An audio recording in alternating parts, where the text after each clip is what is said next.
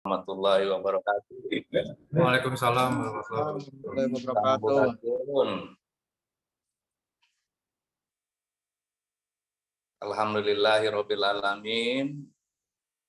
Kita panjatkan puji dan syukur kehadirat Allah Subhanahu wa taala karena atas perkenannya pada kesempatan ini kita bisa bersama-sama meluangkan waktu untuk mengikuti kegiatan eksis kita, ACI kita yang ke-16, edisi yang ke-16. Tentu kita bersyukur karena dalam kondisi sehat walafiat. Salawat dan salam semoga selalu tercurah kepada junjungan kita Nabi besar Muhammad Shallallahu Alaihi Wasallam, para keluarganya, para sahabatnya, dan termasuk kita para pengikut di akhir zaman. Bapak dan Ibu sekalian, selaku lembaga inspektorat kami tidak bosan-bosannya untuk mengajak Bapak dan Ibu sekalian dalam rangka meningkatkan kinerja di lingkungan pemerintah daerah Kabupaten Sumedang. Khususnya pada saat ini yang akan kita bahas adalah mengenal manajemen risiko dalam rangka pencapaian tujuan organisasi. Bapak dan Ibu sekalian yang saya hormati, tidak terasa bahwa tahun 2022 ini akan sebentar lagi berakhir, dan tentu banyak hal yang harus kita sesegerakan agar seluruh rangkaian kegiatan yang ada di tahun 2022 ini bisa kita selesaikan secara tepat waktu, tepat sasaran barangkali ya, dan tentu mencapai tujuan yang kita harapkan. Bapak dan Ibu sekalian, secara keseluruhan ingin saya menyampaikan, sebentar lagi periode Pak Bupati, Pak Doni beserta Pak Wakil Bupati Pak Ervan, itu akan berakhir di tahun 2022-2023 di bulan September. Kalau kita melihat kepada indikator-indikator makro yang kita ingin capai di tahun 2023 nanti, itu menurut pendapat saya bukan pekerjaan mudah. Sebagai contoh, bagaimana kita harus menurunkan angka kemiskinan, bagaimana kita harus menurunkan angka pengangguran, ya. Kemudian bagaimana kita harus menggenjot laju pertumbuhan ekonomi, bagaimana pula kita ingin IPM di Kabupaten Sumedang tentu meningkat lebih baik dari tahun sebelumnya. Dan banyak indikator lain yang diingin dicapai oleh Pak Bupati. Nah, oleh karena itu, tentu ada beberapa resiko yang kemungkinan besar tujuan itu tidak tercapai. Kemungkinan besar, atau ada kemungkinan besar juga tujuan itu bisa tercapai. Nah, oleh karena itu, materi pada kesempatan ini, teman-teman kami dari Inspektorat akan mencoba memberikan atau mengenalkan tentang manajemen risiko ya terkait dengan pencapaian tujuan sebuah organisasi. Bapak dan Ibu sekalian yang saya banggakan, para peserta yang mungkin diwakili oleh utusan dari OPD maupun BUMD, kemudian yang saya hormati juga narasumber nanti Pak Uci, Bu Irban khusus juga hadir, dan tentunya moderator yang saya banggakan Pak Asep. Silakan nanti dibedah terkait dengan manajemen risiko itu seperti apa, dikaitkan dengan pencapaian tujuan yang ada di masing-masing OPD, yang nantinya harapannya tentu kalau sudah bisa mengelola manajemen risiko ini, seluruh tujuan yang diharapkan, seluruh kegiatan yang ada di OPD itu bisa dilaksanakan dengan sebaik-baiknya dan mencapai ya outcome yang diharapkan yang telah ditetapkan secara bersama-sama di dalam RKPD kita. Bapak dan Ibu sekalian, ada beberapa catatan yang memang ini juga harus menjadi perhatian kita bersama. Sampai dengan 1 bulan menjelang penutupan tahun buku 2022, beberapa OPD tertentu masih saja seperti tahun-tahun sebelumnya. Salah satunya adalah yang kita hadapi adalah kendala terkait dengan penyerapan anggaran yang begitu lambat. Ini kita sadari di beberapa OPD tertentu, penyerapan anggaran itu sangat-sangat rendah. Bahkan di awal-awal tahun boleh dikatakan hampir semua OPD itu penyerapan anggarannya sangat rendah, kecuali untuk bayar gaji. Karena gaji itu udah bulan. Nah, ini salah satu yang harus kita perhatikan secara bersama-sama, harus kita kaji secara bersama-sama apa yang menyebabkan masalah ini. Ini salah satu manajemen resiko kita juga yang harus kita sama-sama nanti rumuskan. Kenapa selalu terjadi demikian?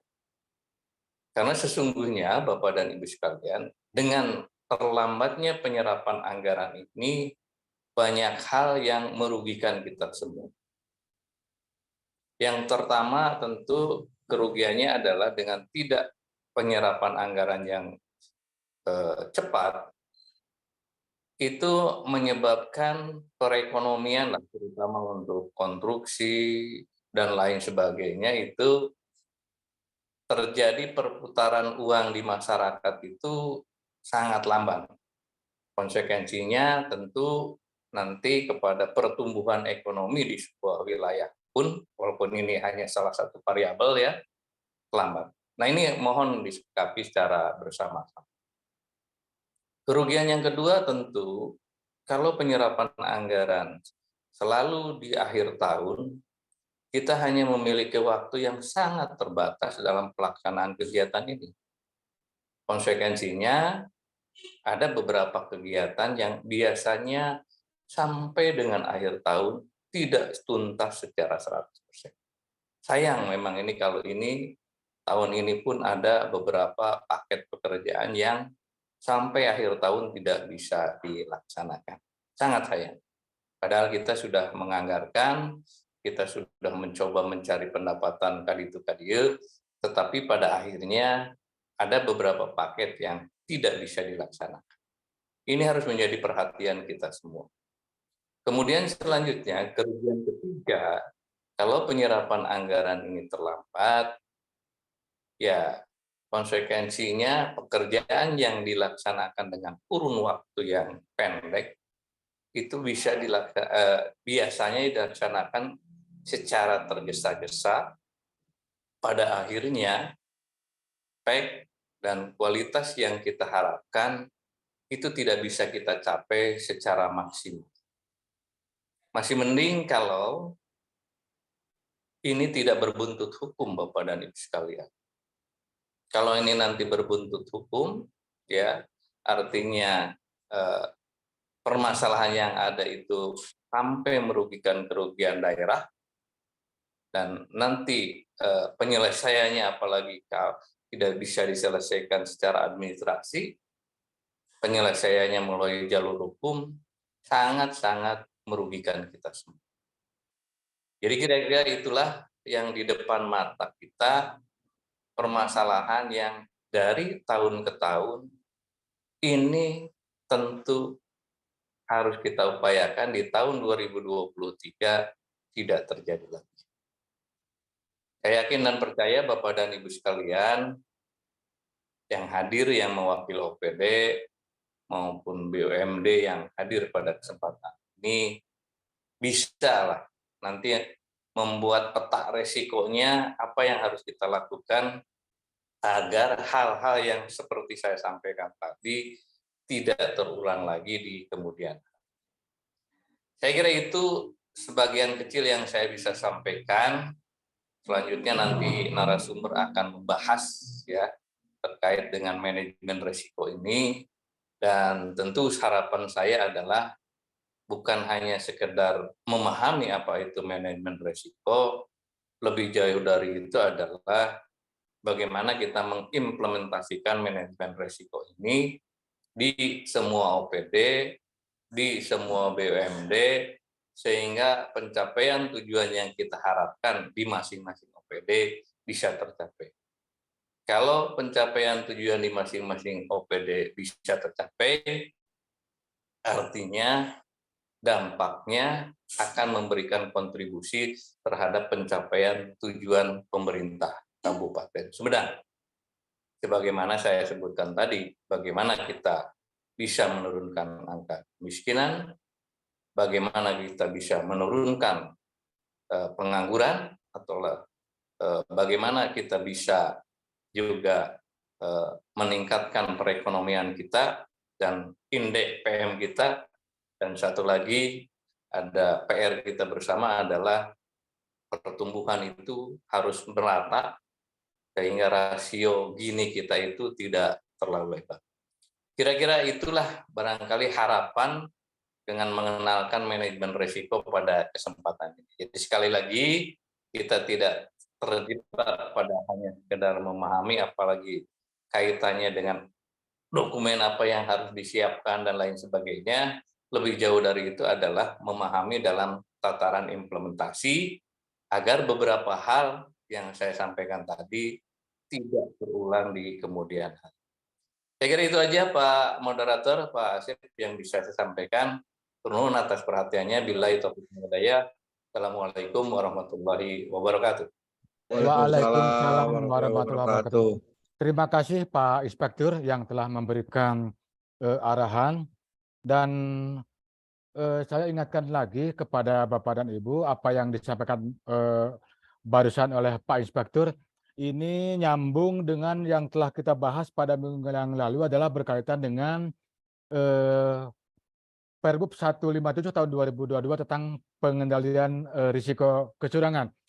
Tentunya apa yang tadi disampaikan oleh Pak Inspektur, untuk mengantisipasi hal-hal tersebut perlu kita menyusun daftar dan peta risiko kecurangan sehingga bisa diantisipasi. Nah, berkaitan dengan hal tersebut, pada kesempatan kali ini izin saya menyampaikan terkait dengan surat yang telah disampaikan kepada seluruh OPD, di mana berdasarkan surat tersebut OPD-OPD dimohon untuk mengirimkan daftar dan peta risiko kecurangan yang dibuat masing-masing OPD, dan pada saat ini mohon maaf masih baru 29 yang menyampaikan. Jadi saya sebutkan yang sudah, terhadap yang belum, kepada Bapak Ibu mohon segera menyampaikan kepada kami, termasuk setelah ini ada surat susulan, yaitu membuat rencana tindak lanjut atas identifikasi kecurangan yang telah dibuat oleh Bapak Ibu. Baik Bapak dan Ibu sekalian, sebelum nanti narasumber menyampaikan materinya, dapat saya informasikan terhadap OPD yang sudah menyampaikan. Yang pertama, terima kasih kepada Disbud Parpora sudah, kemudian Kecamatan Paseh, Kecamatan Surian, Kelurahan Situ, Kecamatan Buah 2, Kecamatan Situraja, Kecamatan Jatinangor, kemudian Kecamatan Cisarua, Kecamatan Ujung Jaya, Kecamatan Jatinunggal, BKPSDM Sumedang, Kecamatan Sumedang Selatan, Diskomin Posanditik, Kecamatan Conggeang, Kecamatan Sumedang Utara, Dinas Pertanian, Kecamatan Tomo, BKAD, Kecamatan Rancakalong, Kecamatan Pamulihan, Kecamatan Cimanggung, Kecamatan Tanjung Kerta, Kecamatan Wado, Kecamatan Tanjung Sari, Kecamatan Sukasari, Kecamatan Jati Gede, DPRD, Kecamatan Tanjung Sari, Kecamatan Cibugel, dan Dinas Perikanan dan Peternakan. Terhadap OPD yang 26 ya, terhadap OPD yang 26 yang belum, kami mohon agar segera untuk mengirimkan ke ISPO terhadap Kabupaten Sumedang, bisa dikirim melalui file kepada saya di 0822 4006 9041 segera nanti ditunggu. Terus yang terakhir, ucapan terima kasih juga kepada seluruh OPD, baik dari kecamatan, dari non-kecamatan juga, dari BUMD, yang telah berpartisipasi aktif dalam rangka mendukung program kerja sebagaimana yang diamanatkan juga dalam Permendagri nomor 84 tahun 2022 tentang pedoman penyusunan APBD tahun 2023, bahwa Pemda diharuskan untuk lebih berkonsentrasi juga dalam rangka implementasi pendidikan anti korupsi. Nah, kebetulan kemarin kami telah melakukan lomba penulisan makalah, lomba pembuatan video, dan lomba cipta lagu anti korupsi. Terhadap pemenangnya sudah kami umumkan juaranya, dan kepada seluruh peserta kami ucapkan terima kasih atas partisipasinya, dan insya Allah mungkin tahun depan dengan jenis model perlombaan yang lebih bervariatif lagi, mohon maaf, dan nanti untuk hadiahnya pun akan lebih besar lagi, sehingga akan lebih meningkatkan semangat dan daya tarik terhadap Bapak dan Ibu sekalian. Itu informasi yang dapat sampaikan. Selanjutnya dimohon dengan hormat kepada narasumber Bapak M. Sanusi Rohedi SPM MCRMO untuk menjadi narasumber pada kesempatan kali ini, dan mohon disimak dengan baik-baik karena ini akan berkaitan dengan kegiatan yang akan dilakukan oleh tim inspektorat ke OPD-OPD yang akan dikunjungi, yaitu penilaian maturitas manajemen risiko di OPD masing-masing. Kepada yang terhormat Bapak narasumber, dipersilakan. Pak Uci, mangga.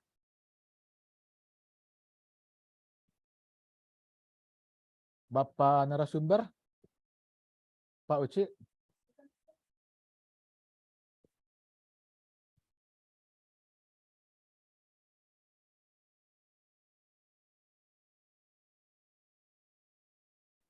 Mohon maaf Bapak dan Ibu, ini agak sedikit teraba karena memang kan jaringan cukup repot, sehingga saya pun setiap Zoom selalu menggunakan HP selaku hotspotnya gitu. Jadi mohon maaf, dan alhamdulillah sebentar lagi mungkin ini Pak narasumber, Pak Uci, akan segera bergabung. Terima kasih sekali lagi kepada Bapak dan Ibu Kepala OPD. Terlihat Bapak Camat Ujung Jaya, Bapak Sekdis Pol PP, dan juga Bapak-Bapak Kepala OPD semuanya, termasuk Bapak Sekretaris dan tim yang telah hadir. Terima kasih atas kehadirannya. Mohon maaf menunggu karena Bapak narasumber sedang proses masuk, agak kesulitan masuk karena kebetulan saat ini jaringan di kantor agak sedikit repot. Jadi mohon maaf, mungkin menunggu kurang lebih 5 menit. Barusan ada WA dari Pak Uci-nya dalam proses masuk ke Zoom ini. Mohon maaf sebentar.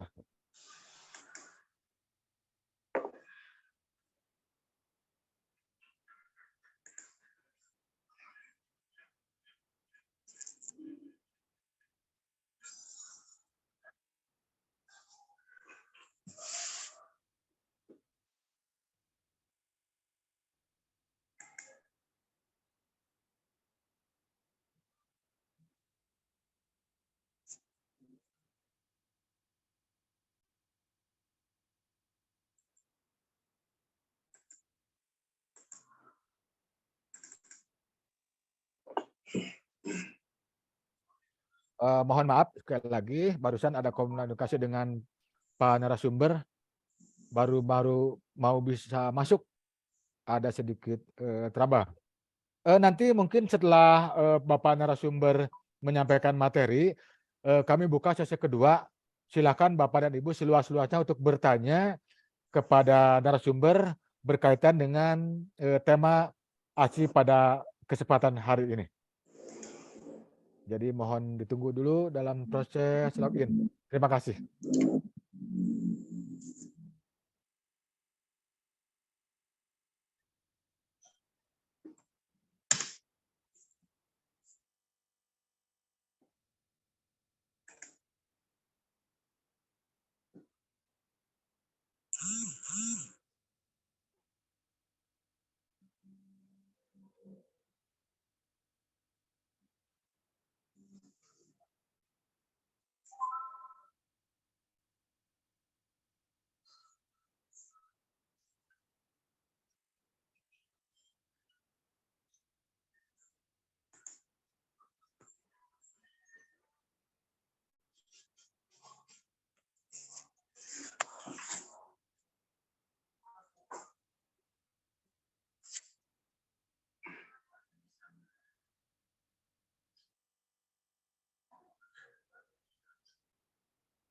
Pak Uci sudah masuk?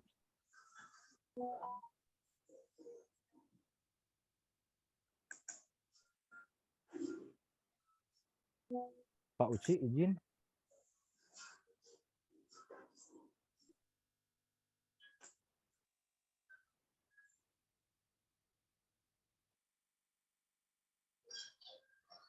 Punten Bapak di atas salah sekedap.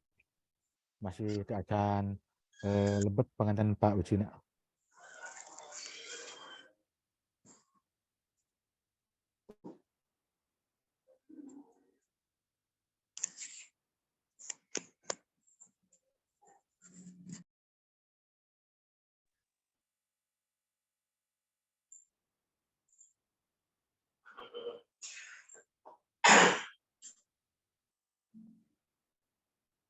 Pak Uci, para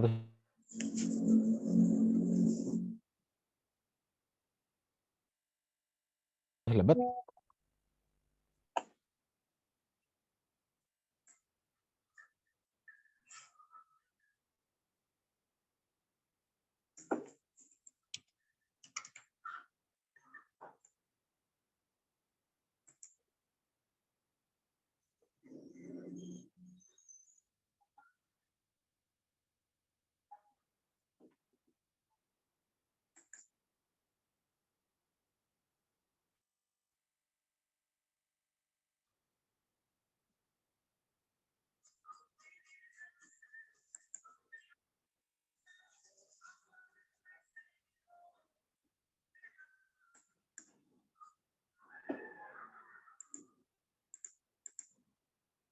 Bisa.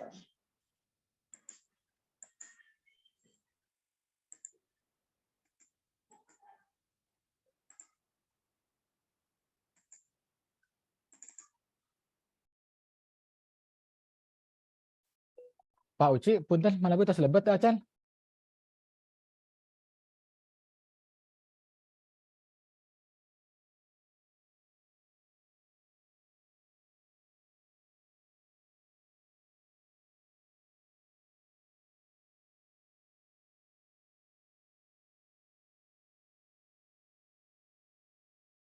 Alhamdulillah Bapak dan Ibu sudah bersama kita. Alhamdulillah Pak narasumber sudah bisa masuk di Zoom. Sedang dalam proses connect ke audionya. Jadi mohon bersabar dulu.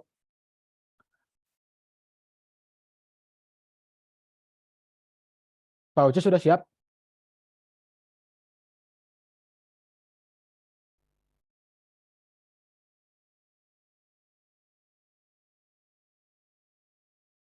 Oh, ya. Silakan Bapak narasumber Pak Uci untuk memulai penyampaian materi. Tadi alhamdulillah sudah dibuka oleh Pak Inspektur dan sudah ada beberapa informasi disampaikan. Untuk saat ini dipersilakan kepada hormat Bapak narasumber untuk menyampaikan materi hari ini. Mangga Pak, dipersilakan.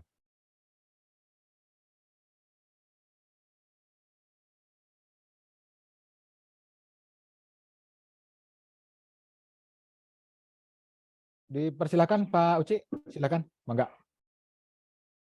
Ya. Assalamualaikum warahmatullahi wabarakatuh.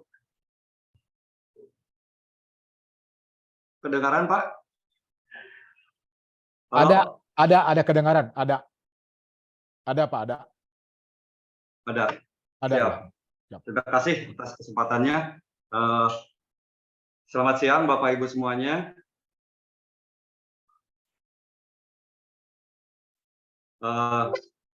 Mungkin tidak usah perkenalkan diri lagi karena mungkin udah bosan.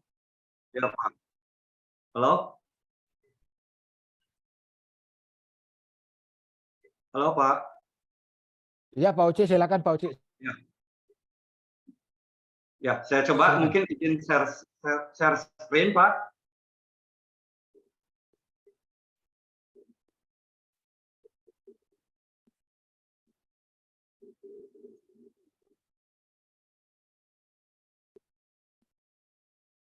Ya, saya akan mencoba menjelaskan lah mengenai penerapan manajemen risiko di lingkungan pemerintah daerah Kabupaten Sumedang.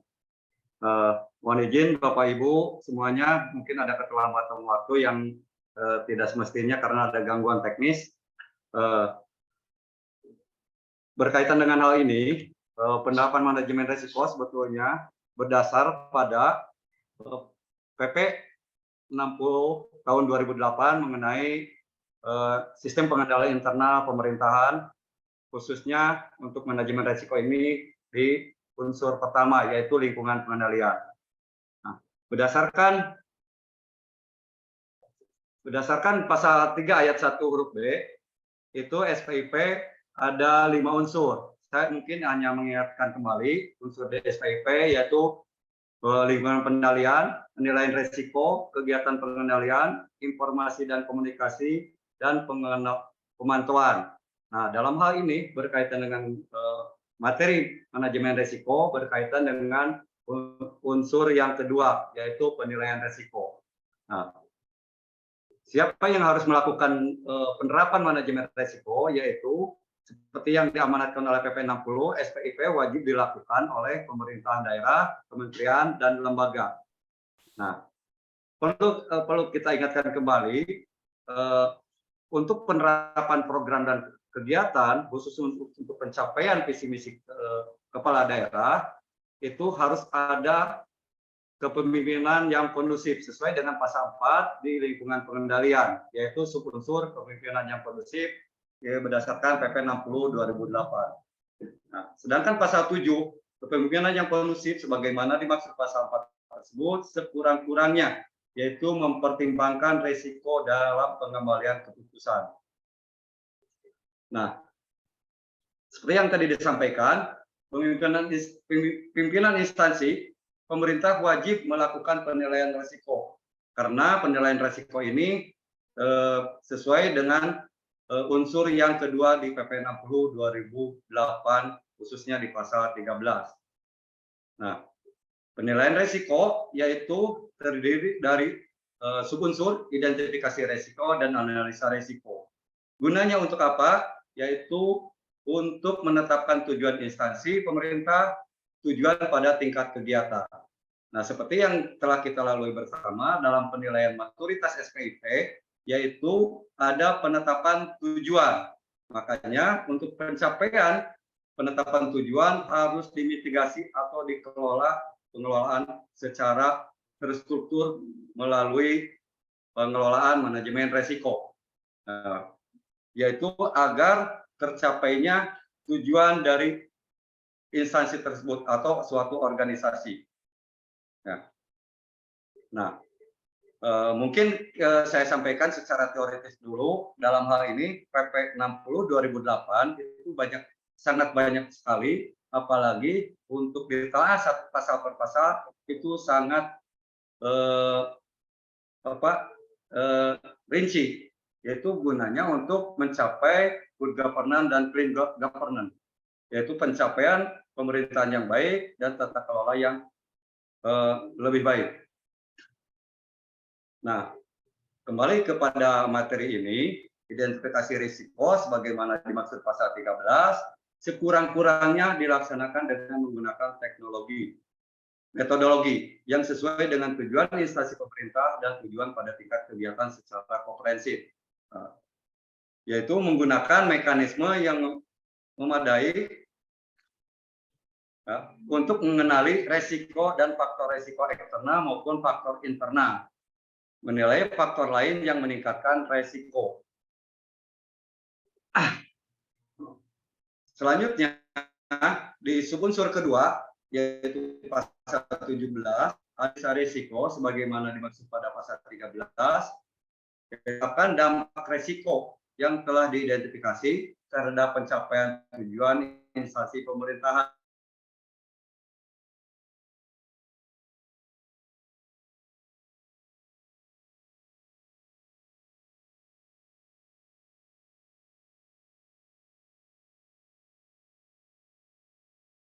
Hati-hatiannya sangat sekali, karena lihat dari besaran nilai resiko itu sangat minim, yaitu kalau ditelaah atau dievaluasi tidak sesuai dengan real di kenyataan, resiko itu terjadi di instansi Bapak Ibu semua. Ya. Nah, kita sudah memiliki aturan mengenai pengelolaan manajemen risiko, yaitu Peraturan Bupati Sumedang Nomor 84 Tahun 2018 tentang pedoman penerapan manajemen risiko di lingkungan pemerintah daerah. Sebetulnya sudah lama sekali, berarti sudah hampir 4 tahun sejak peraturan bupati ini berlaku. Berarti harus kita melaksanakan pengelolaan risiko guna pencapaian tujuan organisasi itu dengan baik. Nah, selain itu ada perubahan atau ada tambahan peraturan bupati selanjutnya, yaitu 161 tahun 2021 tentang pedoman pengelolaan risiko di lingkungan pemerintah daerah Kabupaten Sumedang. Nah, aturan ini sebetulnya hampir sama, hanya yang membedakan yaitu di aturan keduanya mempersyaratkan pemerintah daerah, dalam hal ini Kabupaten Sumedang, harus membentuk komite manajemen risiko di tingkat Pemda dan komite manajemen risiko di tingkat OPD. Itu berdasarkan Perbup 84. Nah, sedangkan di Perbup 161 2021 itu harus membentuk unit pengelola risiko di tingkat Pemda atau unit pengelola risiko di tingkat OPD. Nah, jadi dua-duanya mempersyaratkan harus ada pembentukan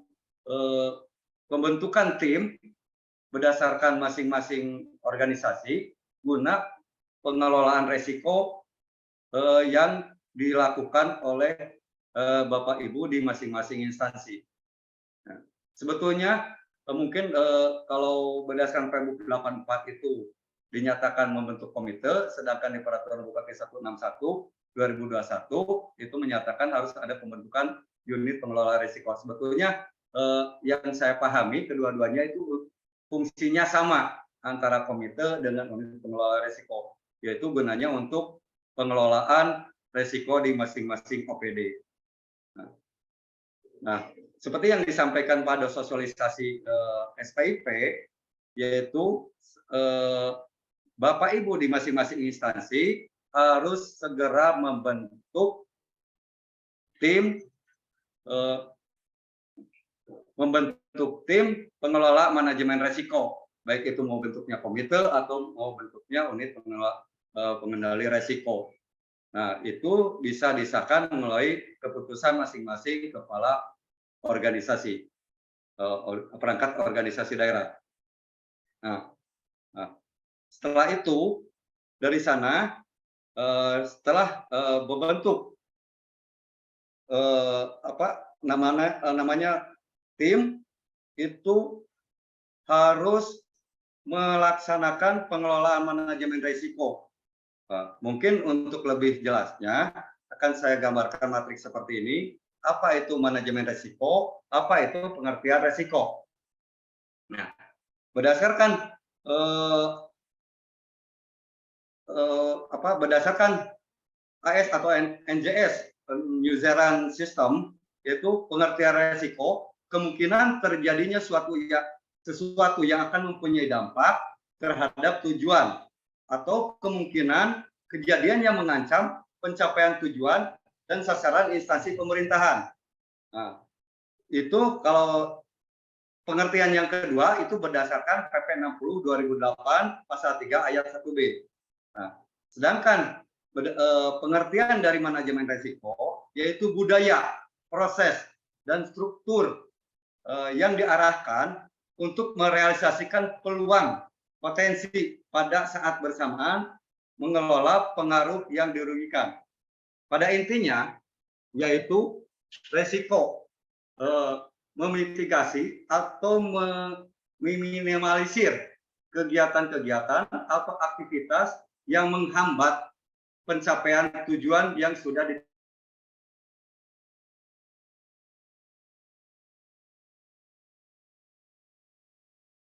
yaitu struktur pengelolaan risiko guna pencapaian tujuan. Mungkin kurang lebihnya seperti itu intinya antara pengertian risiko dengan manajemen risiko. Nah, berdasarkan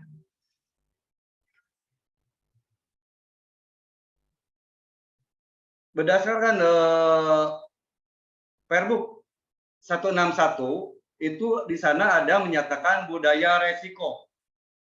Budaya resiko yaitu organisasi meyakinkan bahwa pimpinan puncak atau kepala OPD atau pimpinan daerah secara langsung memimpin dan mengelola proses resiko organisasi secara strategis.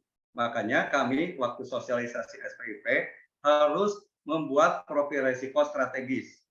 Nah, selain itu, secara berjenjang membuat profil resiko program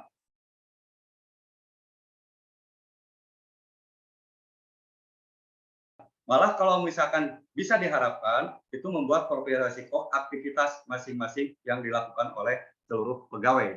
Nah, selanjutnya budaya resiko yang harus dipahami yaitu karena tadi ada profil risiko sampai ke aktivitas, jadi ada staf yang terlibat dalam mengidentifikasi resiko, memiliki pengetahuan yang cukup tentang proses atau aktivitas yang direview tentang resiko yang harus dikelola sebagai bagian dari aktivitas.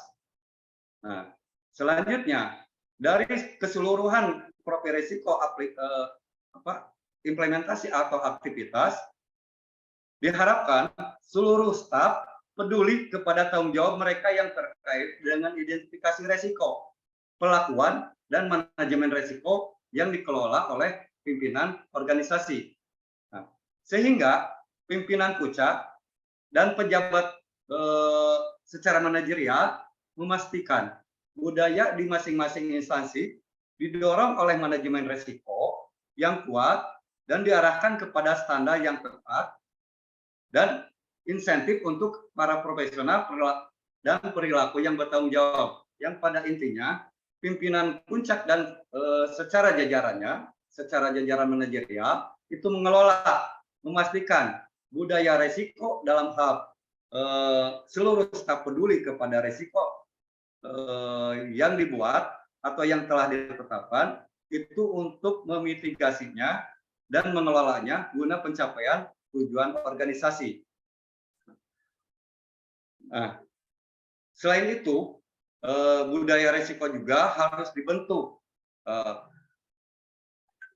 dalam hal ini manajerial, yaitu secara konsisten memberikan kontribusi, masukan kepada pengelola resiko. Dalam hal ini pengelola resiko bisa pemilik resiko atau tim yang mengelola resiko atau nantinya pada akhirnya pemangku kebijakan, memperkuat pedoman perilaku, baik itu strategisnya maupun program-program pelatihan di masing-masing organisasi. Nah, dalam hal ini, seperti yang pernah saya sampaikan pada sosialisasi SPIP, ada atensi atau rekomendasi dari BPKP selaku penilai atau pembina dari pelaksanaan SPIP, itu organisasi atau pemerintah daerah dalam hal ini Kabupaten Sumedang, yang selanjutnya perangkat daerah harus menganggarkan dalam hal pengelolaan resiko dan peningkatan kapasitas aparatur guna melaksanakan budaya resiko yang telah ditetapkan sesuai dengan Perbuk yang kita ketahui, yaitu yang 2 Perbuk tersebut. Nah, selain itu, di budaya resiko, yaitu ada penegasan dari pimpinan untuk menjaga perilaku yang benar-benar secara konsisten, concern dalam memperhatikan keseimbangan antara pelaksanaan mana resiko yang resiko berat atau perlu penanganan lebih lanjut, itu harus diapresiasi atau diperhatikan oleh pimpinan secara berjenjang.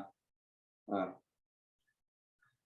gunanya budaya resiko itu bisa terlaksana, pada akhirnya kembali kepada tujuan organisasi, yaitu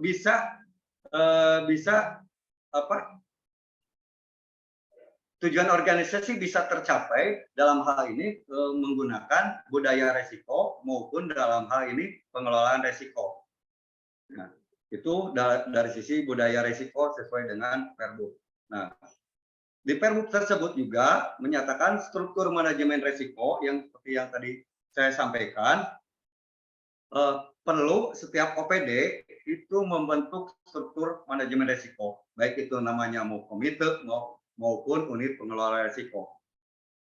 Gunanya yaitu komite tersebut bisa menjamin akuntabilitas dari pengelolaan risiko dan dapat mengukur sejauh mana pemahaman para pegawai dalam hal pengelolaan risiko tersebut. Selanjutnya, struktur manajemen risiko tersebut tetap harus dibuat secara keputusan, baik itu keputusan kepala perangkat daerah maupun keputusan yang lebih atas. Itu bisa keputusan bupati dalam hal ini untuk atau struktur manajemen di tingkat Kabupaten Sumedang. Nah, untuk struktur manajemen risiko di tingkat Kabupaten Sumedang itu sudah ada, yaitu keputusan Bupati 151 tahun 2021 mengenai komite manajemen risiko unit pengelola risiko di tingkat pemerintah daerah Kabupaten Sumedang. Dari struktur itu atau tim atau apa namanya itu harus menetapkan konteks, yaitu seperti dalam hal ini berkaitan dengan indikator atau sasaran strategis di masing-masing perangkat daerah. Tujuannya kemana? Mungkin kita sudah pahami. Penetapan tujuan ini berkaitan dengan sasaran strategis masing-masing perangkat daerah. Nah, dijabarkan kembali secara berjenjang dari sasaran strategis perangkat daerah itu mengenai ke sasaran program maupun sasaran kegiatan. Yang dalam hal ini di breakdown kepada indikator masing-masing, indikator sasaran strategis maupun indikator program dan kegiatan. Nah, dari sana harus terbentuk identifikasi risiko. Nah, dari capaian masing-masing program dan kegiatan harus diidentifikasi atau dieksplor permasalahan atau risiko yang akan terjadi yang menghambat kepada tujuan organisasi.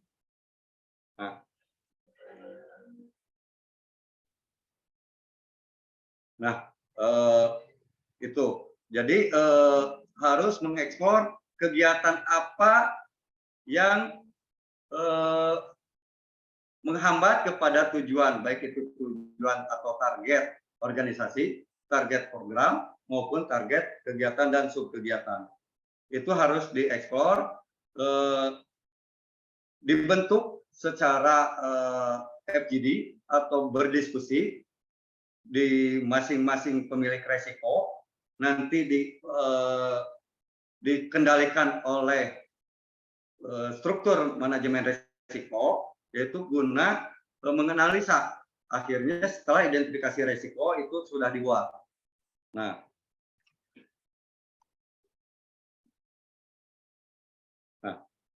risiko yang sudah teridentifikasi yaitu harus nyambung atau secara cascading itu harus bisa menggambarkan kalau misalkan sasaran strategis itu harus bisa menggambarkan identifikasi itu capaian-capaian dari capaian-capaian organisasi yang akan dicapai atau yang diharapkan.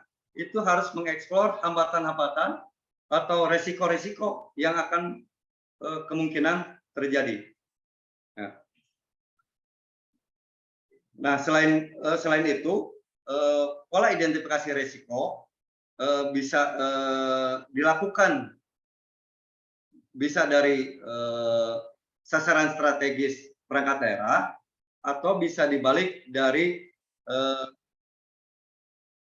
target-target dari subkegiatan yang merujuk kepada sasaran strategis OPD. Nah, yang kita ketahui kebanyakan yang sudah dibuat itu profil risiko dari masing-masing kegiatan.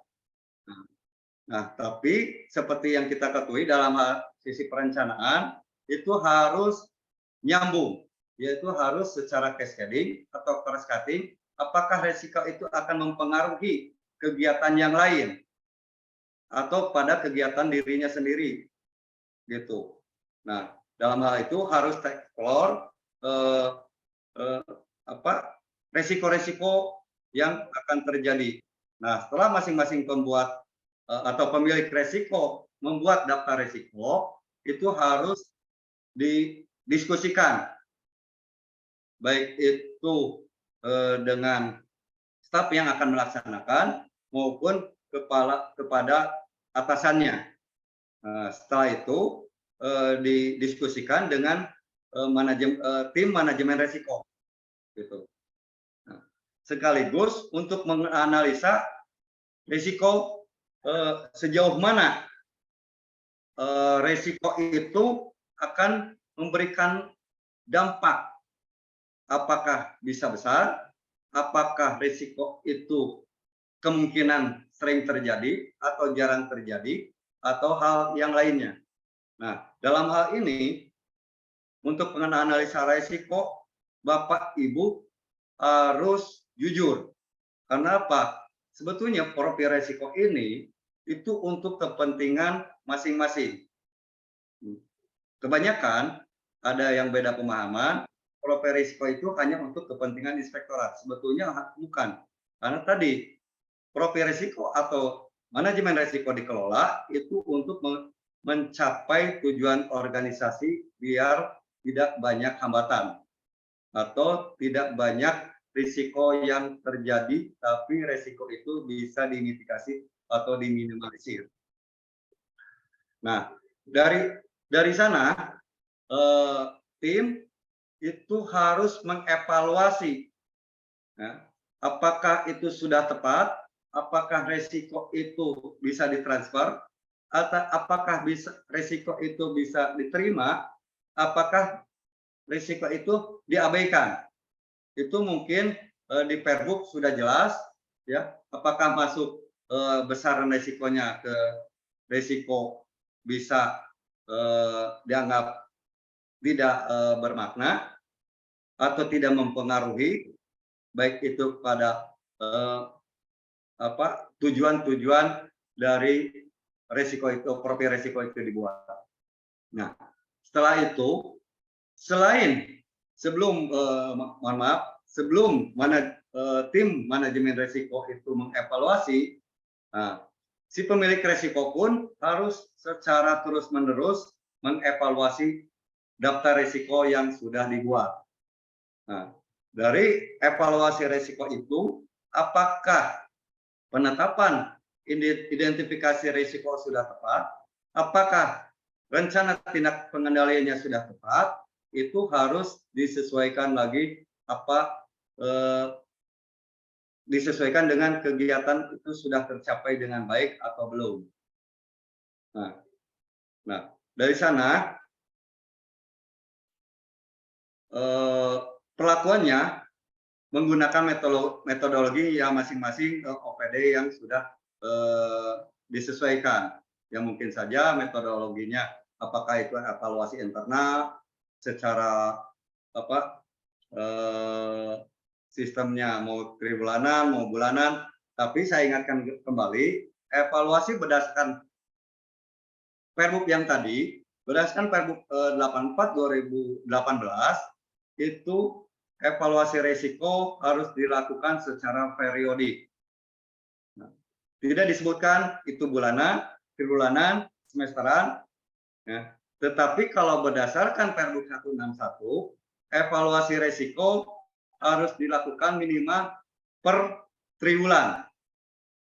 Nah, apakah penetapan profil risiko yang sudah dibuat itu masih relevan atau perlu ada perubahan atau penambahan dalam hal penentuan identifikasi risikonya maupun rencana tindak pengendaliannya. Nah, terus sejauh mana perlakuan terhadap risiko?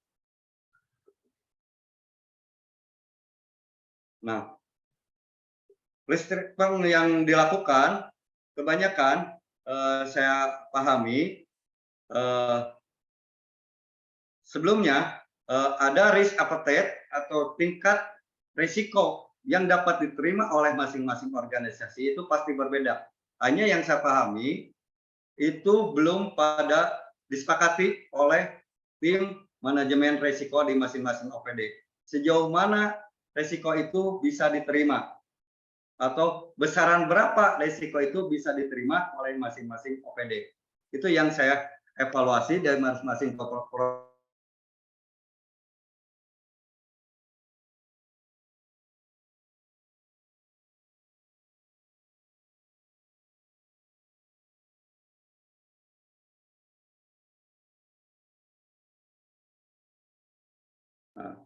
yang mungkin kedepannya Bapak Ibu di masing-masing OPD, masing-masing unit organisasi itu membuat risk appetite, tingkat sejauh mana risiko itu bisa diterima atau besaran sebesar berapa level risiko itu bisa diterima. Nah, selain dievaluasi, ya, pelakuannya seperti apa, perlu dilakukan review seperti tadi. Apakah selalu dimonitoring oleh tim struktur manajemen atau tidak?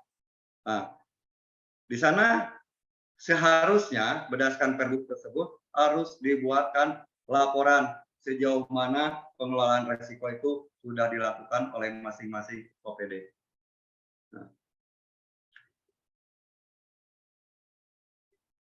Nah, kebanyakan yang saya pahami yang masuk profil risiko ke kami, khususnya yang saya pahami itu Bapak Ibu baru hanya melaksanakan pembuatan profil risiko di awal tahun. Tidak ada evaluasi, tidak ada perlakuan seperti apa profil risiko itu setelah dibuat. Apalagi ke pemantauan. Saya rasa mungkin secara dokumentasi itu belum dilakukan. Nah, selanjutnya dari pemantauan, karena mungkin ada residu atau sisa-sisa resiko yang perlu ada penanganan atau dikomunikasikan, baik itu kepada stakeholder atau kepada pimpinan yang lainnya, gitu, secara berjenjang. Mungkin dari komunikasi itu perlu ada perlakuan lain, karena saya rasa mohon maaf Bapak Ibu bukan menyampingkan tugas-tugas Bapak Ibu yang telah membuat profil risiko, hanya profil risiko itu baru sampai sudah dibuat, yaitu kalau bisa mendasarkan diagram ini baru sampai pembuatan analisa risiko, belum sampai ke evaluasi, begitupun ke selanjutnya. Nah, dalam hal ini pelaporan secara utuh dari pelaksanaan struktur manajemen dalam 1 tahun itu harus dilaporkan kepada kepala daerah. Selain itu, perlu ada tembusan kepada inspektorat yang pada akhirnya nanti inspektorat bisa mengevaluasi sejauh mana penerapan manajemen risiko itu dilakukan oleh masing-masing OPD. Karena inspektorat mempunyai peran berdasarkan aturan tersebut, itu melakukan pengawasan dalam hal pelaksanaan atau pengendalian manajemen risiko. Nah, yang pertama itu. Peran kedua inspektorat yaitu harus memberikan penilaian yang independen atas efektivitas pelaksanaan manajemen risiko. Nah, dalam hal ini betul misalkan kalau misalkan ada kekurangan pahaman dalam memberikan hasil penilaian itu, inspektorat memberikan peluang untuk memberikan asistensi atau konsultasi dalam hal penerapan manajemen risiko di tingkat Kabupaten Sumedang, yaitu itu salah satu peran inspektorat dalam hal ini sesuai dengan Perbuk yang sudah ditetapkan, yaitu 2 Perbuk tersebut. Nah, ada tugas lain, yaitu peran inspektorat yang seperti yang disampaikan barusan, yaitu pelaksanaan konsultasi. Itu kami membuka ruang, baik itu melalui seperti ini, ACI, atau maupun peran consulting, yaitu melalui EXIS, atau Elektronik Serambi Inspektorat Kabupaten Sumedang. Nah, selain memberikan konsultasi, inspektorat pun wajib melakukan pemantauan, review atas proses manajemen risiko. Nah, mungkin dalam hal ini kegiatan ini baru akan dilakukan. Mungkin ada sebagian OPD yang sudah menerima kunjungan dari rekan-rekan kami di inspektorat, yaitu melakukan pemantauan maupun melakukan penilaian. Nah, melakukan penilaian maturitas manajemen risiko. Nah, jadi selain tadi memberikan konsulting, melakukan pemantauan, serta melakukan penilaian atas kematangan atau maturitas manajemen risiko. Nah, dari sana ada peran lain, ya, hasil Bapak Ibu itu inspektorat akan melakukan audit. Nah, berdasarkan hasil laporan profil risiko yang telah Bapak Ibu laporkan kepada inspektorat atau tembuskan kepada inspektorat. Jadi kami bisa melakukan apakah bentuknya nanti review, mungkin tugas-tugas inspektorat, review EKA, DPA, dan lain sebagainya sudah biasa dilakukan, hanya mungkin nanti perlakuan untuk beberapa OPD itu berbeda untuk penguatan dalam hal pelaksanaan manajemen risiko. Begitupun dalam bentuk audit, monitoring, dan pengawasan lainnya. Nanti perlakuan kepada OPD mungkin berbeda-beda. Apakah kalau misalkan kita ketahui di kita ada audit kinerja, audit ketaatan, atau bentuk lainnya, gitu. Mungkin dari pembuatan atau penilaian hasil maturitas manajemen risiko itu kami bisa menentukan apakah ini bentuknya OPD ini harus bentuk audit kinerja, apakah audit ketaatan dan pengawasan lainnya. Nah, dari hasil laporan. Nah, selanjutnya dari penilaian maturitas manajemen risiko, nah mungkin Bapak Ibu ada yang sudah kedatangan rekan kami dari tim untuk melakukan penilaian manajemen risiko. Ini ada 5 level seperti kayak SPIP lah, yaitu level 1 risk naif, yaitu belum ada kebijakan dan penerapan baru sebatas identifikasi risiko. Nah, mungkin yang kami harapkan seperti yang tadi disampaikan, karena kebijakannya sudah ada, yaitu Perbu. Nah, mungkin perlu ditindaklanjuti apakah keputusan mengenai pengelola manajemen risiko, baik itu namanya komite maupun unit pengelola risiko itu sudah ada. Mungkin organisasi Bapak Ibu itu bisa naik level. Kalau minimal hal-hal itu sudah ada. Nah, selanjutnya level 2 yaitu risk aware, sudah ada kebijakan tersebut tapi tidak merata. Jadi harus seperti apa profil risiko itu nanti dilaksanakan, dievaluasi, atau dilaporkan. Mungkin seperti itu. Nah, sebetulnya kan kalau misalkan kebijakan level Pemda itu nanti dinilai juga level maturitas manajemen risiko tingkat Pemda itu baru sampai level mana.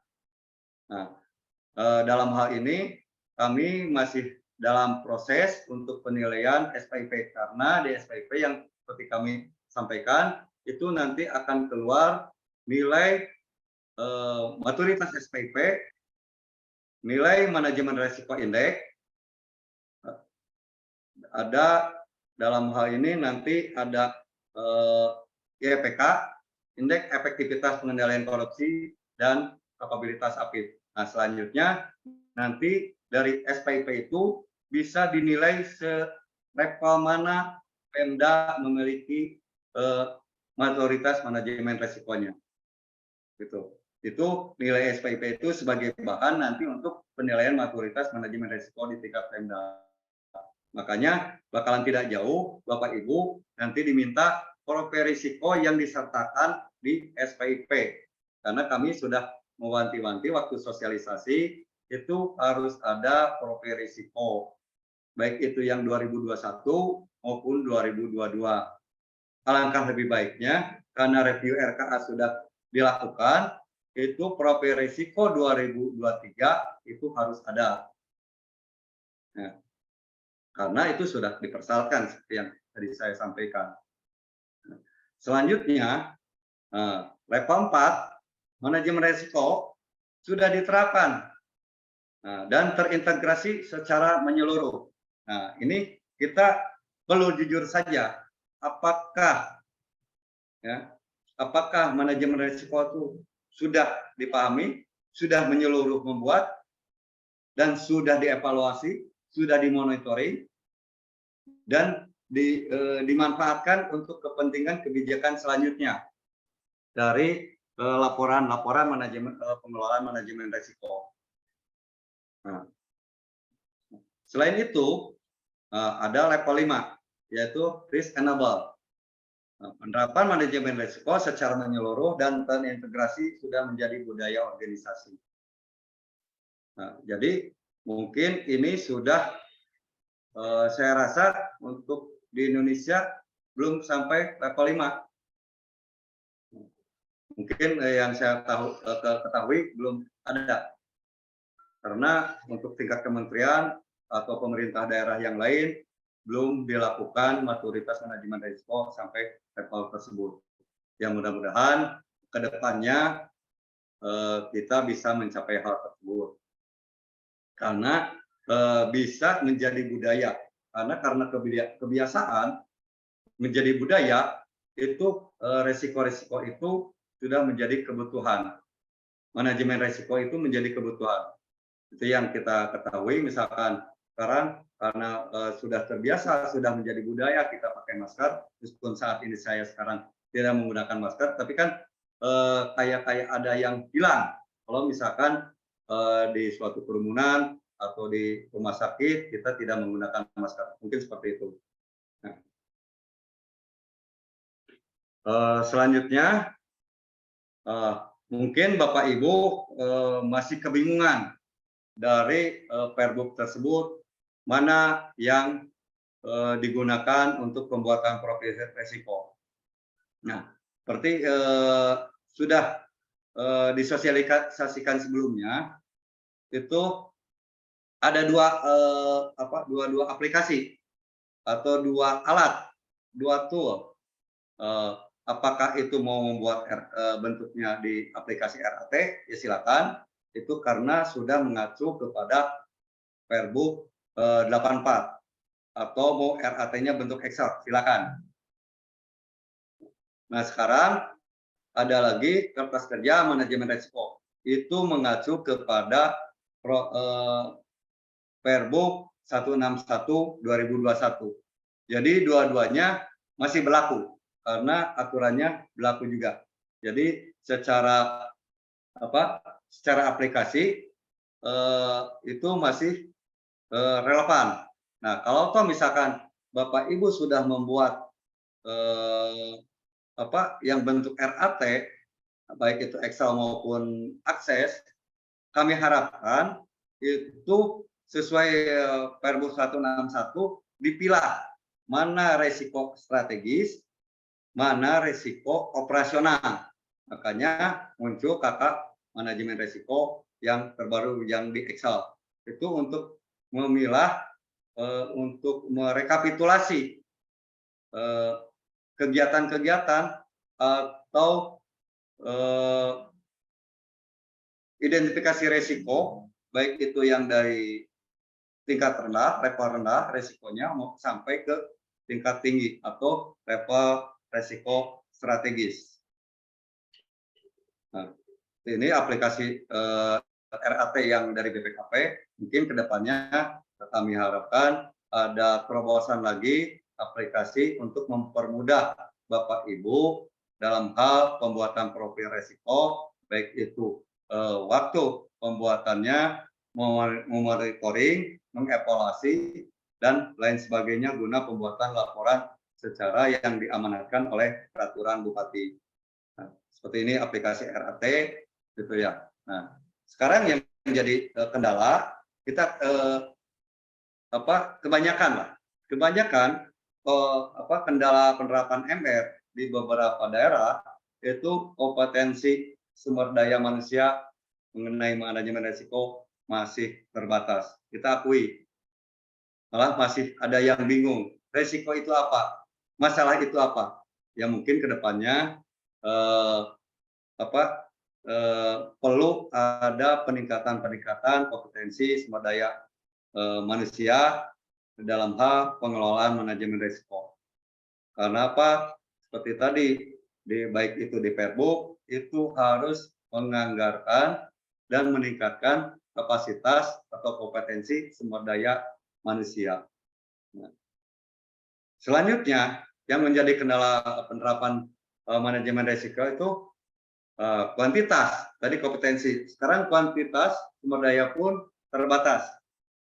Nah, karena kita ketahui kuantitas sumber daya manusia mungkin yang sering kami bertemu, yaitu mungkin hanya orang perencanaan, baik itu program atau subag perencanaan dan sebagainya. Belum menyeluruh kepada pegawai-pegawai yang lain. Dalam hal ini kami melakukan pelatihan atau sosialisasi sejenisnya, sehingga kuantitas di sumber daya di masing-masing organisasi masih terbatas. Tadi budaya sadar risiko pun kita akui masih belum menjadi risiko itu, pengelolaan risiko itu betul-betul menjadi pengaruh atau memberikan dampak kepada pencapaian tujuan. Nah, kenapa misalkan, mohon maaf, misalkan dalam hal ini komitmen pimpinan puncak belum memadai. Maksudnya dalam hal ini tadi itu dalam hal peningkatan sumber daya manusia belum dianggarkan dalam hal ini peningkatannya, gitu. Jadi kalau misalkan komitmen sesuai Perbuk itu berarti harus ada penganggaran dalam itu pengelolaan risiko maupun peningkatan sumber daya manusianya. Nah, unit manajemen risiko, baik itu unit pengelolaan risiko maupun komite manajemen risiko, itu belum berfungsi dengan baik, hanya sudah dibentuk terus diam. Mungkin seperti itu Bapak Ibu. Jadi hanya dibentuk terus cicing, mungkin seperti itu. Ya, itu mungkin hanya pemahaman saya saja untuk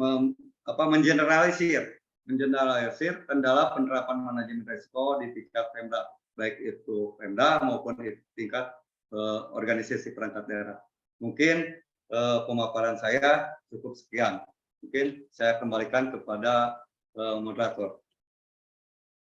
Terima kasih Pak narasumber yang telah menyampaikan materi. Baik Bapak dan Ibu, masih ada waktu sekitar 45 menit. Dipersilakan kepada Bapak dan Ibu peserta yang akan bertanya kepada Bapak narasumber. Mangga, dipersilakan. Andri, Pak. Mangga. Siap, mangga Pak Andri, mangga mohon. Assalamualaikum warahmatullahi wabarakatuh. izin Pak Uci. Mungkin yang pertama Pak, Ya, siap. mau bertanya untuk pembuatan SK baru tahu sekarang Pak. Untuk profil risiko kan tahunya cuma membuat penyusunan profil risiko saja. Nah untuk SK Pak atau keputusan kepala badan, ada contoh nggak Pak untuk susunan keanggotaannya seperti apa, dari pejabat dari atas sampai ke bawah? Mungkin ada juga yang dari non ASN, apakah bisa masuk di tiap bidang atau cuma PNS saja gitu Pak? Terus yang kedua, untuk penyusunan profil risiko, tadi kan disinggung Pak, ada di profil risiko kita harus sampai ke aktivitas subkegiatan, yaitu berarti kan di pelaksana Pak jabatannya. Nah, untuk di program kan itu Kadis atau eselon 2, terus kegiatan kan eselon 3. Nah, untuk subkegiatan apakah itu di eselon 4 atau langsung di-cover oleh eselon 3, Pak? Terus yang ketiga, Pak, untuk aplikasi yang tadi, Pak, sementara di Kesbangpol, sempat mau bertanya, Pak, kemarin, tapi karena banyak Bapak kerjaan atau gimana, jadi lupa lagi, Pak.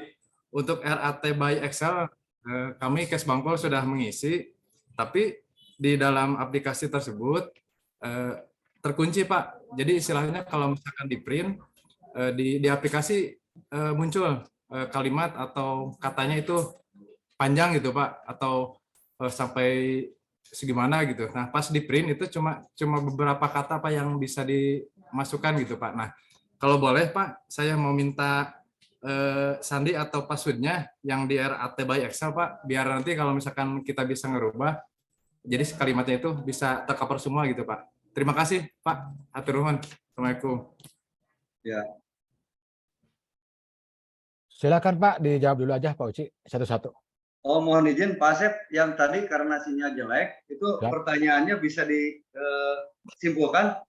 Yang pertanyaan sinyalnya Siap. yang jelas? Ya, siap. Yang pertama tadi menanyakan berkaitan dengan pembuatan SK profil risiko Pak. Jadi mohon penjelasan tentang komposisi kepengurusannya, atau kalau boleh katanya ingin minta contohnya katanya. Kemudian yang kedua berkaitan dengan penjabaran, itu kan dari mulai penerapan kegiatan, dari mulai program kan nanti ditagihnya ke eselon 2, kemudian kegiatan eselon 3. Nah, untuk subkegiatan apakah eselon 4 atau nanti langsung ke pelaksana kan gitu. Ya, ya. Kemudian yang ketiga berkaitan dengan aplikasi RAT yang by Excel, katanya nggak bisa walaupun di print di sananya panjang tapi di print sedikit, jadi apakah ada sandi yang bisa dibuka? Barangkali itu Pak, silakan Pak Uci. Siap. Makasih Pak Asep, Pak Andri.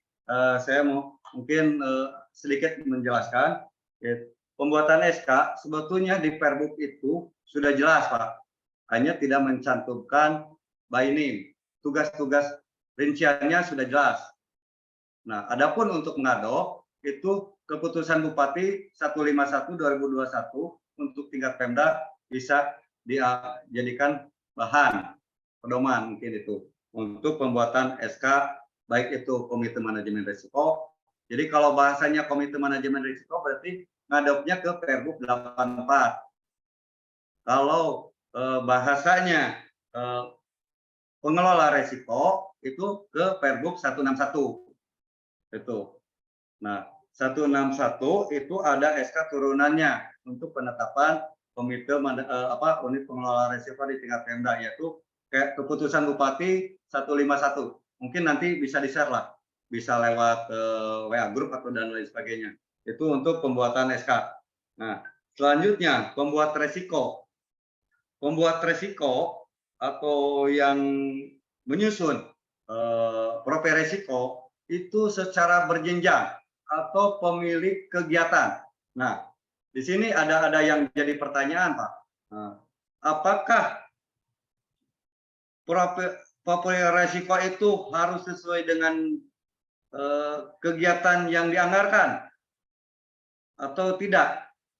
Nah, di sini yang kami harapkan kalau berdasarkan Perbuk 161 itu ada dua fungsi profil resiko yang harus dibuat, yaitu profil resiko strategis dan profil resiko operasional. Nah, dalam hal ini profil resiko strategis berarti mengacu kepada sasaran strategis masing-masing perangkat daerah. Itu profil resiko strategis. Itu berarti berkaitan dengan sasaran strategis masing-masing perangkat daerah. Nah, selanjutnya ada yang berkaitan dengan profil risiko operasional. Profil risiko operasional itu berarti program, kegiatan, dan subkegiatan, dan aktivitas yang mendukung guna pencapaian tujuan organisasi. Nah, jadi kalau misalkan di Perbuk 84 menyatakan waktu review RKA harus menyatakan profil risiko, itu syarat minimal. Karena review RKA kan kita ketahui ada di sana kegiatan, ada subkegiatan, itu minimal. Nah, sebetulnya yang kita harapkan bukan hanya sampai sana, tapi malah sampai aktivitas yang akan menghambat kepada tujuan organisasi. Misal, apakah aktivitas yang tidak dianggarkan bisa menghambat pencapaian organisasi? Bisa. Berarti itu dibuat profil risiko. Gitu, Pak. Jadi tidak serta-merta. Jadi kami berharapnya itu step by step. Nah, jadi awalnya kan profil risiko kegiatan. Terus sekarang ada profil risiko program, ada profil risiko strategis, gitu Pak. Jadi kami diharapkan tahun demi tahun itu ada perbaikan-perbaikan. Kan yang tadinya di tahun-tahun sebelumnya tidak menyatakan harus ada profil risiko strategis, hanya sampai kegiatan. Nah, sekarang di Perbuk 161 ada profil risiko strategis, yaitu berkaitan dengan sasaran sasaran strategis OPD. Berarti harus dibuat kendala-kendala atau risiko-risiko yang menghambat kepada tujuan organisasi atau IKU atau sasaran strategis OPD. Nah, siapa yang membuat? Sekarang pertanyaan yang tadi, pembuatnya ya berarti pemilik kegiatan, pemilik aktivitas. Misal, dalam hal ini kalau yang berkaitan dengan anggaran, pemilik subkegiatan eselon 4 dulu, atau perencana lainnya, fungsional lainnya. Nah, itu berarti harus membuat profil risiko subkegiatan. Karena pasti berbeda pemahamannya pemilik kegiatan yang membuat dengan pembuat profil risiko di luar yang melaksanakan kegiatan tersebut. Gitu. Nah, itu jadi kalau profil risiko misalkan kegiatan penyusunan dokumen perencanaan. Nah, kan itu kegiatannya. Subkegiatannya penyusunan RKA, Renstra, Renja. Nah, berarti siapa yang terlibat di sana? Siapa pemilik kegiatannya? Misalkan PPTK yang tadinya misalkan Kasubag Perencanaan, berarti dia yang harus membuatnya. Beda lagi dengan profil risiko di bidang atau dikasih di bidang lain, eselon yang berkaitan dengan urusan. Berarti pemilik risiko itu misalkan taruhlah kasih di bidang A itu harus membuat profil risikonya. Nah, karena ya kalau yang membuat bagian perencanaan pasti kacamatanya berbeda. Identifikasi risiko yang muncul pasti berbeda. Gitu. Nah, itu untuk tataran operasional untuk subkegiatan. Nah, sedangkan kegiatan siapa? Pemilik kegiatan siapa? Nah, sekarang kan antara program kegiatan pemiliknya yaitu eselon 3, kalau yang sampai eselon 2. Nah, program kegiatan berarti kan pemilik resikonya yaitu eselon 3. Disesuaikan. Nah, apakah yang membuatnya bisa eselon ring di bawahnya atau staf di bawahnya nanti didiskusikan, di-FGD-kan seperti yang tadi saya sampaikan, yaitu waktu identifikasi itu perlu ada pembahasan, perlu ada riungan, perlu ada FGD lah gitu. Jadi secara berjenjang, misalkan kalau nanti karena kacamata staf dengan kacamata eselon 3 itu pasti berbeda. Identifikasi pun pasti berbeda. Analisa resiko pun pasti berbeda. Nah itu. Nah, sekarang siapa yang membuat profil resiko strategis? Nah, kalau misalkan di eselon 2 itu berarti kan bisa nanti dibuatkan dulu itu secara berjenjang. Ini kalau IKU ini nanti harus didiskusikan dengan kepala perangkat daerah. Apakah indikator ini apa saja yang akan menghambatnya? Risiko-risiko apa yang akan menghambatnya? Nanti didiskusikan dengan kepala OPD. Ya, jadi bisa pembuatnya bisa start dulu nanti secara berjenjang, tapi harus dipahami oleh kepala perangkat daerah. Gitu. Nah, itu untuk 2 pertanyaan. Yang ketiga mungkin bisa dicatat untuk yang password yang Excel itu 441861. 5 digit ya Pak? 6 digit. 441861. Oh ya, 6 digit Pak. Ya, siapa? Nah, kenapa itu pertama saya lakukan? Karena pertama awalnya saya kan memberikan kode. Sekarang silakan Bapak explore. Nah, itu karena ada keterkaitan antara sheet 1 sampai sheet 10. Sheet 4 kalau salah ya untuk di Excel. Karena berkaitan. Takutnya nanti ada yang berubah-ubah itu jadi acak-acakan. Nah, mungkin karena pemahamannya sekarang sudah sedikit sudah banyak memahami, mungkin itu bisa dikolaborasikan. Mungkin kedepannya ada aplikasi yang membantu untuk mempermudah, karena ini berkaitan dengan target-target organisasi, itu harus dimitigasi. Harus ada kolaborasi, apakah dengan Restra, apakah dengan Reja, apakah dengan DPA, dan lain sebagainya. Mungkin diharapkan itu nanti ada aplikasi yang mempermudah untuk keselarasan atau terintegrasi dengan capaian itu untuk pembuatan sakit, pembuatan LHIP, KPPD dan lain sebagainya. Mungkin saya cukup sekian. Silakan Pak Sir. Ya, terima kasih Pak narasumber yang telah memberikan jawaban. Bagaimana Pak Andri, sudah cukup ya? Tadi sudah begitu jelas dijelaskan berkaitan dengan 3 pertanyaan ini sudah dijawab langsung, dan termasuk tadi kan dengan PIN yang 441861 kan tadi sudah disampaikan. Baik Bapak dan Ibu, silakan pertanyaan yang kedua apabila ada yang ingin ditanyakan, mangga. Dan mungkin sebelum ada pertanyaan yang kedua, kalau Bapak nanti agak istilahnya ingin mengupas kembali apa yang disampaikan oleh Bapak narasumber, tadi materi sudah disampaikan, kemudian Bapak dan Ibu juga bisa melakukan tonton ulang di channel YouTube Inspektorat di Rencana INSP. Jadi kalau misalnya ada waktu saya ingin lebih memperdalam kembali setelah beres acara Zoom ini, Bapak bisa melihatnya di channel YouTube. Silakan Bapak dan Ibu untuk pertanyaan yang kedua, apabila ada yang ingin disampaikan atau ditanyakan, mangga.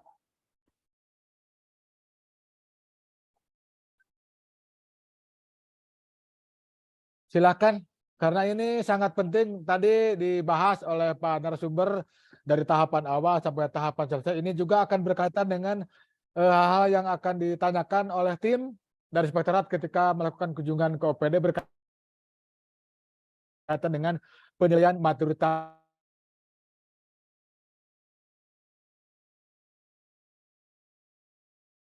manajemen risiko yang dilaksanakan. Ada yang bertanya lagi?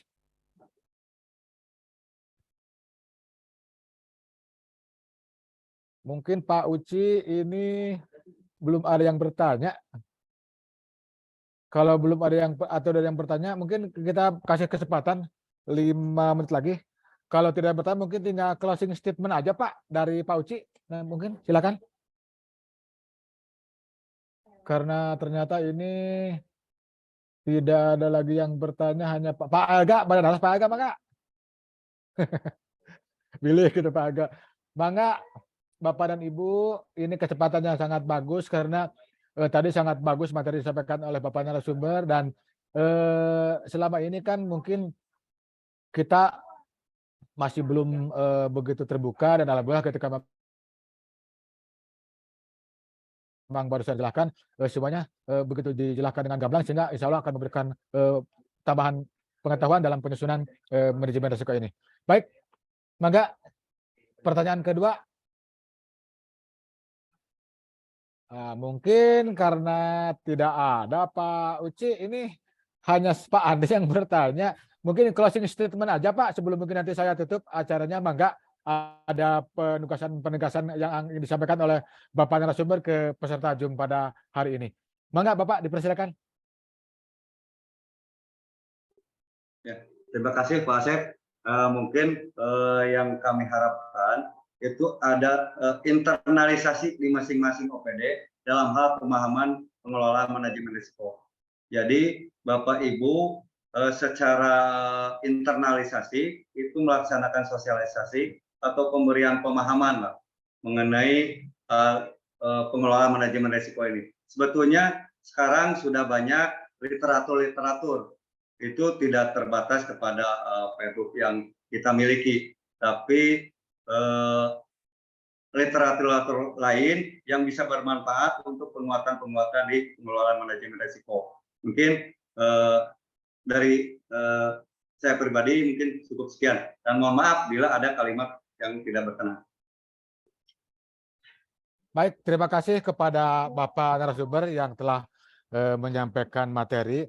Bapak dan Ibu sekalian, sebelum ditutup ada beberapa informasi bahwa nanti pada hari Selasa kami akan mengundang seluruh SKPD, para kepala OPD, BUMD termasuk UPPG, karena kita tanggal 6 Desember 2022 hari Selasa akan dilaksanakan BINTEK tentang gratifikasi dan penanganan benturan kepentingan, dan tepatnya di Aula Korpri dengan narasumber dari KPK RI. Jadi kami harapkan nanti kehadirannya, karena sebentar lagi surat akan disebar dan bisa sampai kepada masing-masing OPD.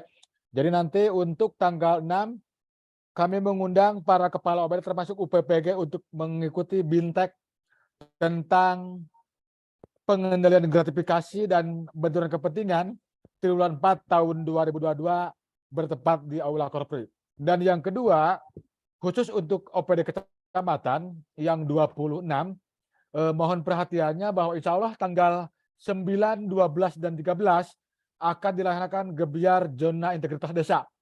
Nanti tim akan melakukan kunjungan ke lokasi, nanti teknisnya akan dikumpulkan dalam 6 area, sehingga nanti tidak terlalu memakan waktu, dan insya Allah nanti yang hadir adalah dari Pak Bupati, Pak Wakil Bupati, dari unsur kejaksaan, kepolisian, termasuk dari Inspektorat Kabupaten Sumedang. Itu rencananya kita laksanakan tanggal 9, 12, dan 13 Desember ini. Khusus mohon perhatian terhadap kecamatan karena kita akan melakukan launching zona integritas desa.